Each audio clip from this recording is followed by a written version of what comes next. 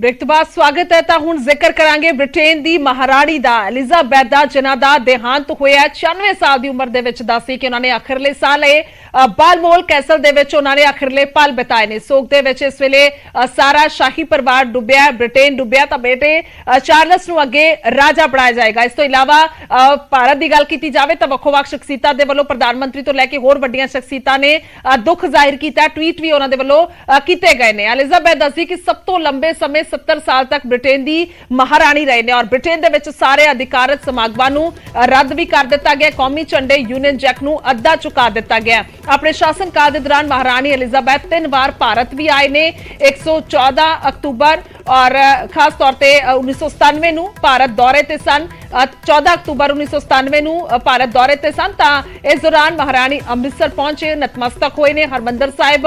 पहला उन्होंने उन्होंने प्रोग्राम सीगा दरबार साहिब ते फिर जलियांवाला बाग जांदा सी, पर महाराणी दा काफिला दस्सी कि एयरपोर्ट तो सीधा जलियांवाला बाग पहुंचा सी। इस तो इलावा भी बहुत सारियां होर किस्से या कह लीए कि उन्होंने इस शासन के समय के दौरान बहुत उतरा चढ़ा आए ने, तो उन्होंने भी जिक्र जरूर किया जाएगा। पर खास तौर पर जेकर इन्हां तस्वीरां दा जिक्र करिए जो उस वेले दियां ने, जो 14 अक्तूबर 1997 नूं एलिजाबेथ हरमंदर साहिब आए सन, तां महाराणी ने नंगे पैरी जलियांवाले बाग दे विच जनरल डायर दे वल्लों शहीद कीते भारतीयां नूं श्रद्धांजलि दी सी। और इस तो बाद महाराणी श्री दरबार साहिब पहुंचे, जिथे पंजाब के साबका मुख्यमंत्री प्रकाश सिंह बादल ने उन्हां दा स्वागत किया सी। उस वेले दे मुख्यमंत्री प्रकाश सिंह बादल दे वल्लों एलिजाबेथ दा स्वागत किया गया सी। तां महाराणी दरबार साहिब नतमस्तक होए ते श्री दरबार साहिब दी परिक्रमा भी की। इस दौरान पहली बार अजिहा होया सी कि कोई जुराबां पा के दरबार साहिब दे अंदर दाखिल होया होवे, पर इस दे लई महाराणी ने खास तौर ते इजाजत लई। ओ पैरां दे विच सफेद जुराबां ते हत्थां दे विच सफेद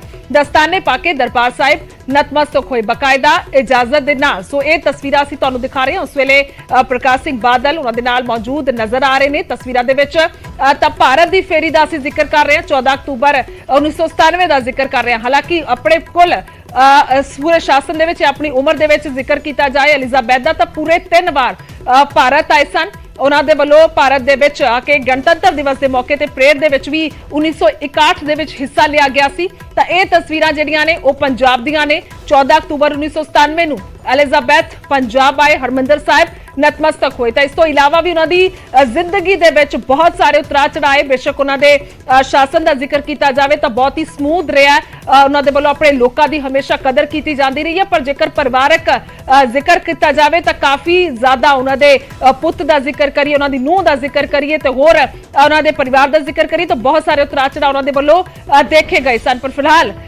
एक पासे तुहानूं तस्वीरां दिखा रहे हैं जिस दे विच हरमंदर साहिब नतमस्तक होण लई 1997 दे विच एलिजाबेथ हरमंदर साहिब आउंदे ने। जुराबा दे नाल उन्हां दे वल्लों नतमस्तक होया जांदा है, क्योंकि स्पैशल इजाजत जिहड़ी है लई गई सी, क्योंकि महाराज दी हजूरी दे विच किते भी तुसीं जाओ इजाजत नहीं हुंदी कि तुसीं जुराबा दे समेत जाके नतमस्तक होवो। इह शरअ दे विच नहीं है, पर एक खास इजाजत जिहड़ी है एलिजाबेथ दे वल्लों लई गई सी और उन्हां दे वल्लों आके इत्थे नतमस्तक होया गया सी। प्रकाश सिंह बादल उन्होंने मिले, उस वेले दे मुख्यमंत्री स्वागत किया गया, निघा स्वागत किया गया, क्योंकि महाराणी सन और इस दे चलदे उन्होंने वालों ये भारत फेरी, ये पंजाब फेरी उन्होंने एक जिहड़ी इतिहासिक पल भी बनी है। तो एक पासे तुहानूं इतिहास दिखा रहे हैं कि जन्म कदों होया, 21 अप्रैल 1926 नूं जन्म होया एलिजाबेथ दा।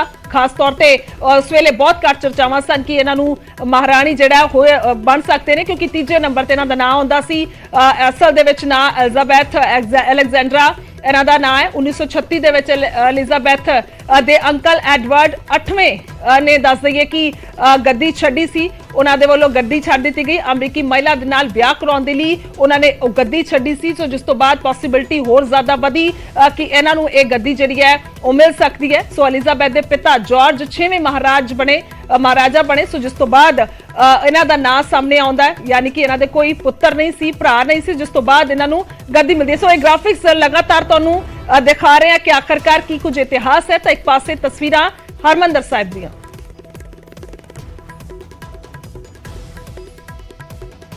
बहुत ही शोक समय सारे ब्रिटेन के लिए।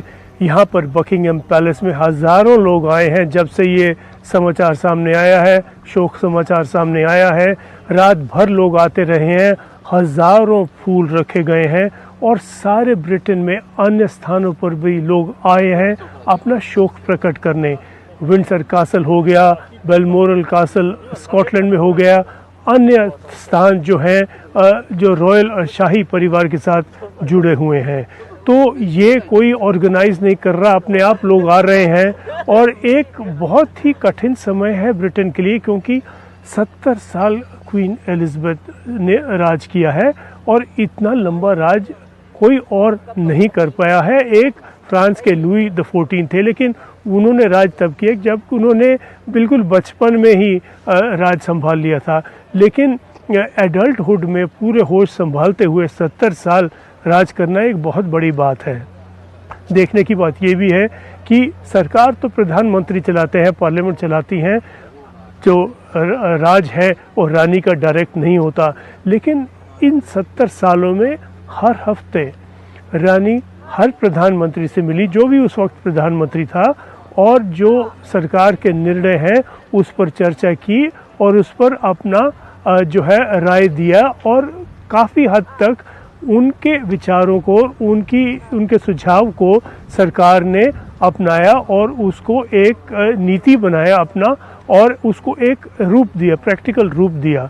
तो नाम के लिए तो रानी थी, लेकिन सिर्फ नाम के लिए नहीं, उन्होंने सरकार को इन्फ्लुएंस किया।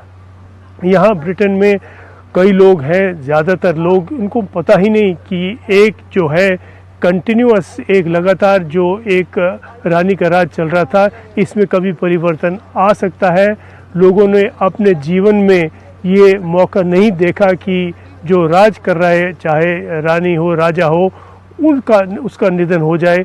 और ये जो 70 साल से एक लगातार जो कंटिन्यूटी थी वो अब समाप्त हुई है।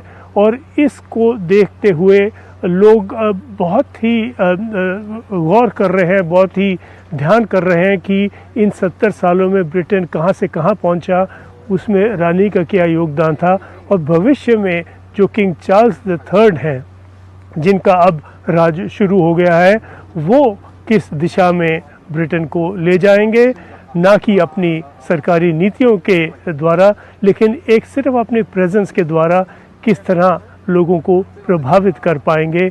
उनके लिए क्वीन एलिजाबेथ का स्थान लेना कोई आसान नहीं होगा, लेकिन ये जो है भविष्य में बातें सामने आएंगी। फिलहाल तो शोक का समय है। ਤਾਂ ਲੰਡਨ ਤੋਂ ਸੰਜੇ ਸੂਰੀ ਹੋਰਾਂ ਦੇ ਵੱਲੋਂ ਰਿਪੋਰਟ ਕੀਤਾ ਗਿਆ, ਦੱਸਿਆ ਗਿਆ ਕਿ ਕਿਸ ਤਰ੍ਹਾਂ ਦੀ ਤਸਵੀਰ ਉੱਥੇ ਮੌਜੂਦ ਹੈ। ਇਸ ਵੇਲੇ ਲੋਕ ਕੀ ਸੋਚ ਰਹੇ ਨੇ ਤਾਂ ਕਿਸ ਤਰ੍ਹਾਂ ਦਾ ਵੱਡਾ ਬਦਲ ਉਹਨਾਂ ਨੂੰ ਵੇਖਣ ਨੂੰ ਮਿਲੇਗਾ। ਪਰ ਸਿੱਧਾ ਚੱਲਦੇ ਹਾਂ ਅੰਮ੍ਰਿਤਸਰ। ਮੇਰੇ ਸਹਿਯੋਗੀ ਰਾਜੀਵ ਸ਼ਰਮਾ ਮੌਜੂਦ ਨੇ ਮੌਕੇ ਤੇ ਜਲਿਆਂਵਾਲਾ ਬਾਗ ਦੇ ਵਿੱਚ। ਜਲਿਆਂਵਾਲਾ ਬਾਗ ਦੇ ਵਿੱਚ 1997 ਦੇ ਵਿੱਚ ਐਲਿਜ਼ਾਬੈਥ ਆਏ, ਇੱਥੇ ਉਹਨਾਂ ਨੇ ਸ਼ਹੀਦਾਂ ਨੂੰ ਸ਼ਰਧਾਂਜਲੀ ਦਿੱਤੀ, ਜਿਹੜੇ ਭਾਰਤੀ ਗੋਲੀ ਦੇ ਨਾਲ ਜਨਰਲ ਡਾਇਰ ਦੀ ਮਰੇ ਸਨ, ਸੋ ਉਹਨਾਂ ਨੂੰ ਸ਼ਰਧਾਂਜਲੀ ਦਿੱਤੀ ਗਈ। ਕੀ ਕੁਝ ਤੁਹਾਡੇ ਕੋਲ ਇਸ ਵੇਲੇ ਦੀ ਤਸਵੀਰ, ਜਾਂ ਕਹਿ ਲਈਏ ਕਿ ਕਿਉਂਕਿ ਇਸੇ रस्ते आए, हालांकि इत्थे बहुत उसारी बाद दे विच होई है, मॉडिफाई किया गया जलियांवाले बाग नूं, पर इत्थे एलिजाबेथ आके गए सन। बिल्कुल गुरजोत, जो जलियांवाला बाग का जिहड़ा साका सी उसके 100 साल पूरे होने करके जो भारत सरकार है उस वालों जलियांवाले बाग का नवीनीकरण कर दिता गया। पर जिहड़ा स्मारक जिथे उस वेले उन्हां वालों श्रद्धांजलि दी गई सी, उसदे नाल किसी तरह की कोई छेड़छाड़ नहीं की गई। तो ये वो शहीदी स्मारक है जिथे एलिजाबेथ दी जिहड़ियां तस्वीरां लगातार असी टीवी ते या सोशल मीडिया ते देख रहे हैं, तो इसे थां ते ही उन्हां वालों श्रद्धांजलि भेंट की गई सी।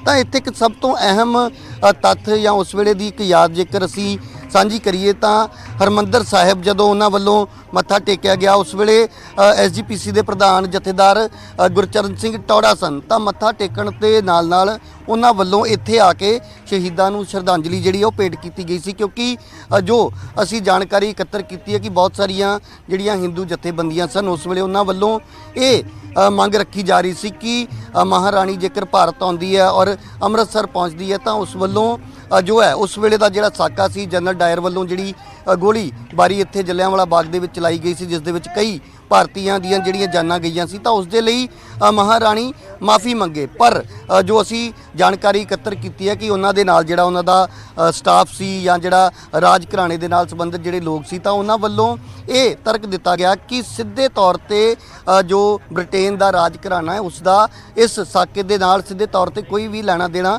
नहीं है। तो एक अहम चीज़ सामने आई है कि हरमंदर साहिब अते ਕਿ ਜਲਿਆਂਵਾਲੇ ਬਾਗ ਦੇ ਵਿੱਚ ਜਿਹੜੀ ਵਿਜ਼ਿਟਰ ਬੁੱਕ ਹੈ ਉਸ ਦੇ ਵਿੱਚ ਉਹਨਾਂ ਵੱਲੋਂ ਸਿਰਫ ਤੇ ਸਿਰਫ ਆਪਣਾ ਨਾਮ ਜਿਹੜਾ ਉਹ ਲਿਖਿਆ ਗਿਆ ਸੀ, ਬਲਕਿ ਕੋਈ ਵੀ ਕਮੈਂਟ ਉਹਨਾਂ ਵੱਲੋਂ ਨਹੀਂ ਕੀਤਾ ਗਿਆ। ਤਾਂ ਇਸ ਦਾ ਸਿੱਧੇ ਤੌਰ ਤੇ ਇਹੀ ਕਾਰਨ ਸੀ ਕਿ ਉਹ ਕਿਸੇ ਤਰ੍ਹਾਂ ਦੀ ਕੋਈ ਕੰਟਰੋਵਰਸੀ ਜਾਂ ਕਿਸੇ ਤਰ੍ਹਾਂ ਦੇ ਵਿਵਾਦ ਦੇ ਵਿੱਚ ਨਹੀਂ ਸੀ ਆਉਣਾ ਚਾਹੁੰਦੇ। ਔਰ ਇਸ ਦੇ ਨਾਲ ਇਹ ਵੀ ਸਾਹਮਣੇ ਆਈ ਗੱਲ ਕਿ ਉਹਨਾਂ ਨੇ ਜਿਹੜਾ ਦੌਰਾ ਸੀ ਉਹਨਾਂ ਦਾ ਤਾਂ ਦੁਰਗਿਆਣਾ ਮੰਦਿਰ ਵੀ ਜਾਣਾ ਸੀ, ਪਰ ਇਸੇ ਦੇ ਚੱਲਦਿਆਂ ਉਹ ਦੁਰਗਿਆਣਾ ਮੰਦਿਰ ਵੀ ਨਹੀਂ ਗਏ, ਸਿਰਫ ਜਲਿਆਂਵਾਲਾ ਬਾਗ। ਤਾਂ ਇਸ ਵੇਲੇ ਤੁਸੀਂ ਦੇਖ ਸਕਦੇ ਹੋ ਕਿ ਜਿਹੜੇ ਉਸ ਵੇਲੇ ਦਾ ਸਾਕਾ ਸੀ 13 ਅਪ੍ਰੈਲ 1919 ਨੂੰ ਜਲਿਆਂਵਾਲੇ ਬਾਗ ਦੇ ਵਿੱਚ ਜਦੋਂ ਅੰਨ੍ਹੇਵਾਹ ਫਾਇਰਿੰਗ ਕੀਤੀ ਗਈ ਤਾਂ ਉਹਨਾਂ ਗੋਲੀਆਂ ਦੇ ਨਿਸ਼ਾਨ ਅੱਜ ਵੀ ਤੁਸੀਂ ਦੇਖ ਸਕਦੇ ਹੋ ਕਿ ਤਾਜ਼ਾ ਨੇ। ਪਰ ਕੁਈਨ ਐਲਿਜ਼ਾਬੈਥ ਦੀ ਜਿੱਥੋਂ ਤੱਕ ਗੱਲ ਹੈ ਤਾਂ ਉਹਨਾਂ ਦੀ ਜਿਹੜੀ ਇਹ ਫੇਰੀ ਸੀ ਉਹ ਇਤਿਹਾਸਿਕ ਫੇਰੀ ਸੀ।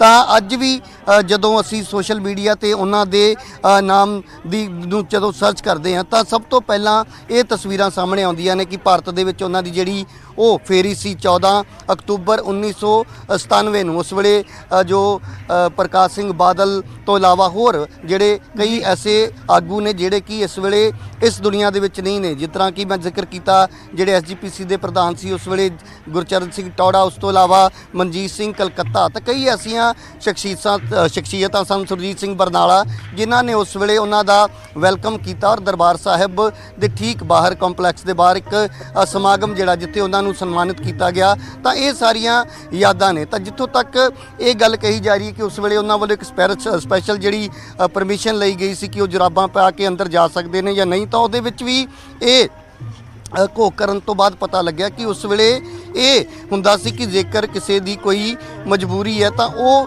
ਬਿਲਕੁਲ ਬ੍ਰਾਂਡ ਨਿਊ ਜਿਹੜੀਆਂ ਸੌਕਸ ਨੇ ਉਹ ਪਾ ਕੇ ਜਾ ਸਕਦਾ। ਤਾਂ ਇਸ ਦੇ ਵਿੱਚ ਵੀ ਇਹ ਹੈ ਕਿ ਜਿੱਦਾਂ ਹੀ ਮਹਾਰਾਣੀ ਦੀ ਗੱਡੀ ਜਿੱਥੇ ਰੁਕੀ, ਜਿੱਥੋਂ ਕਿ ਉਹਨਾਂ ਦਾ ਦੇ ਲਈ ਰੈੱਡ ਕਾਰਪਟ ਵਿਛਾਇਆ ਗਿਆ ਸੀ ਸਵਾਗਤ ਦੇ ਲਈ, ਤਾਂ ਉਸੇ ਗੱਡੀ ਚੋਂ ਉਤਰਨ ਤੋਂ ਪਹਿਲਾਂ ਉਹਨਾਂ ਵੱਲੋਂ ਜਿਹੜੀਆਂ ਬ੍ਰਾਂਡ ਨਿਊ ਸੌਕਸ ਨੇ ਉਹ ਪਾਈਆਂ ਗਈਆਂ। ਔਰ ਉਸ ਤੋਂ ਬਾਅਦ ਹਰਿਮੰਦਰ ਸਾਹਿਬ ਦੀ ਪਰਿਕਰਮਾ ਦੇ ਵਿੱਚ ਉਹ ਜਾਂਦੇ ਨੇ। ਪਰਿਕਰਮਾ ਦੀਆਂ ਤਸਵੀਰਾਂ ਲਗਾਤਾਰ ਜਿਹੜੀਆਂ ਨੇ ਉਹ ਅੱਜ ਵੀ ਤੁਸੀਂ ਦੇਖ ਸਕਦੇ ਹੋ ਕਿ ਜਲਿਆਂਵਾਲਾ ਬਾਗ ਔਰ ਹਰਿਮੰਦਰ ਸਾਹਿਬ ਦੀਆਂ ਜਿਹੜੀਆਂ ਉਹ ਯਾਦਗਾਰ ਜਿਹੜੇ ਪਲ ਸੀ ਜਿਹੜੇ ਉਸ ਵੇਲੇ ਦੇ ਕੈਮਰਿਆਂ ਦੇ ਵਿੱਚ ਕੈਦ ਹੋਏ, ਕਿਉਂਕਿ ਉਸ ਵੇਲੇ ਇੰਨਾ ਜ਼ਿਆਦਾ ਸੋਸ਼ਲ ਮੀਡੀਆ ਜਾਂ ਇੰਨਾ ਜ਼ਿਆਦਾ ਮੀਡੀਆ ਦਾ ਵੀ ਯੁੱਗ ਇਸ ਤਰੀਕੇ ਦੇ ਨਾਲ ਨਹੀਂ ਸੀ ਜਿਸ ਤਰ੍ਹਾਂ ਅੱਜ ਬਹੁਤ ਤੇਜ਼ੀ ਦੇ ਨਾਲ। ਤਾਂ ਉਸ ਵੇਲੇ ਦੇ ਜਿਹੜੇ ਅਸੀਂ ਕਹਿ ਸਕਦੇ ਕਿ ਫੋਰਨ ਤੋਂ ਜਿਹੜੇ ਮੀਡੀਆ ਕਰਮੀ ਜਾਂ ਵੱਖ-ਵੱਖ ਜਿਹੜੀਆਂ ਏਜੰਸੀ ਸੀ ਉਹ ਇੱਥੇ ਪਹੁੰਚੀਆਂ ਸੀ ਔਰ ਉਹਨਾਂ ਵੱਲੋਂ ਖਾਸ ਤੌਰ ਤੇ ਉਹ ਸਾਰਾ ਜਿਹੜੀ ਉਹਨਾਂ ਦੀ ਫੇਰੀ ਸੀ ਅੰਮ੍ਰਿਤਸਰ ਉਸ ਨੂੰ ਕੈਮਰਿਆਂ ਦੇ ਵਿੱਚ ਸ਼ੂਟ ਕੀਤਾ ਗਿਆ ਸੀ, ਕੈਮਰਿਆਂ ਦੇ ਵਿੱਚ ਕੈਦ ਕੀਤਾ ਗਿਆ ਸੀ। ਤਾਂ ਅੱਜ ਵੀ ਜਲਿਆਂਵਾਲੇ ਬਾਗ ਦਾ ਜਦੋਂ ਅਸੀਂ ਜ਼ਿਕਰ ਕਰਦੇ ਹਾਂ ਤਾਂ ਜਿੱਥੇ ਇੱਕ ਪਾਸੇ ਬ੍ਰਿਟੇਨ ਦਾ ਜ਼ਿਕਰ ਇਸ ਲਈ ਹੁੰਦਾ ਕਿ ਜਲਿਆਂਵਾਲੇ ਬਾਗ ਦੇ ਵਿੱਚ ਜਿਹੜਾ ਕਹਿਰ ਢਾਇਆ ਗਿਆ ਸੀ, ਜਿਹੜੇ ਨਿਹੱਥੇ ਲੋਕਾਂ ਦੇ ਉੱਤੇ ਗੋਲੀ ਚਲਾਈ ਗਈ ਸੀ, ਤਾਂ ਦੂਸਰੇ ਪਾਸੇ ਕੁਈਨ ਐਲਿਜ਼ਾਬੈਥ ਦੀ ਉਸ ਫੇਰੀ ਦਾ ਵੀ ਜ਼ਰੂਰ ਜ਼ਿਕਰ ਹੁੰਦਾ ਕਿਉਂਕਿ ਸਿੱਧੇ ਤੌਰ ਤੇ ਜੋ ਬ੍ਰਿਟੇਨ ਦਾ ਘਰਾਣਾ ਹੈ, ਜੋ ਉੱਥੋਂ ਦਾ ਰਾਜ ਘਰਾਣਾ, ਉਸ ਦੀ ਇੱਕ ਮਹਾਰਾਣੀ ਇੱਥੇ ਪਹੁੰਚਦੀ ਹੈ ਤਾਂ ਉਹ ਇੱਕ ਇਤਿਹਾਸ ਦੇ ਸੁਨਹਿਰੀ ਪੰਨਿਆਂ ਦੇ ਵਿੱਚ ਦਰਜ ਹੈ। ਅੱਜ ਤੋਂ ਕਈ ਸਾਲਾਂ ਬਾਅਦ ਵੀ ਜਦੋਂ ਕਿਤੇ ਜਲਿਆਂਵਾਲਾ ਬਾਗ ਜਾਂ ਜ਼ਿਕਰ ਹੋਏਗਾ ਤਾਂ ਮਹਾਰਾਣੀ ਕੁਈਨ ਐਲਿਜ਼ਾਬੈਥ ਦਾ ਵੀ ਨਾਲ ਦੀ ਨਾਲ ਜ਼ਿਕਰ ਜ਼ਰੂਰ ਕੀਤਾ ਜਾਵੇਗਾ। ਜੀ ਬਿਲਕੁਲ ठीक है राजीव, तमाम तस्वीरां दिखाने लिए अपडेट के लिए धन्यवाद है, शुक्रिया। तो फिलहाल ये तस्वीरां ਜਿਹੜੀਆਂ ਨੇ ਉਹ ਦਿਖਾਈਆਂ ਨੇ ਜਲਿਆਂਵਾਲੇ ਬਾਗ ਦੀਆਂ। ਹਾਲਾਂਕਿ ਮੌਜੂਦਾ ਅਗਰ ਤਸਵੀਰ ਦੀ ਗੱਲ ਕਰੀਏ ਤਾਂ ਨਵੀਨੀਕਰਨ ਹੋਇਆ ਹੈ, ਪਰ ਫਿਲਹਾਲ ਉਹ ਯਾਦਾਂ ਤਾਜ਼ੀਆਂ ਕੀਤੀਆਂ ਗਈਆਂ ਜਦੋਂ ਐਲਿਜ਼ਾਬੈਥ ਇੱਥੇ ਪਹੁੰਚੇ ਸਨ, ਉਹਨਾਂ ਦੇ ਵੱਲੋਂ ਆ ਕੇ ਸ਼ਰਧਾਂਜਲੀ ਦਿੱਤੀ ਗਈ ਸੀ। ਸਿਕਿਉਰਿਟੀ ਦਾ ਵੀ ਜ਼ਿਕਰ ਜ਼ਰੂਰ ਕਰਾਂਗੇ ਕਿਉਂਕਿ ਜਦੋਂ ਮਹਾਰਾਣੀ ਇੱਥੇ ਲੰਡਨ ਤੋਂ ਪਹੁੰਚਦੇ ਨੇ ਤਾਂ ਸੁਭਾਵਿਕ ਤੌਰ ਤੇ ਸਿਕਿਉਰਿਟੀ ਜਿਹੜੀ ਹੈ ਉਸੇ ਮੁਤਾਬਿਕ ਸੀ ਔਰ ਦੁਰਗਿਆਣਾ ਮੰਦਿਰ ਵੀ ਇਸੇ ਕਰਕੇ ਨਹੀਂ ਗਏ ਸਨ। ਸੋ ਉਸ ਵੇਲੇ ਦੇ ਇੱਕ ਹਿੱਸੇ ਜਿਹੜੇ ਨੇ ਉਹ ਸਾਂਝੇ ਕੀਤੇ ਗਏ ਨੇ।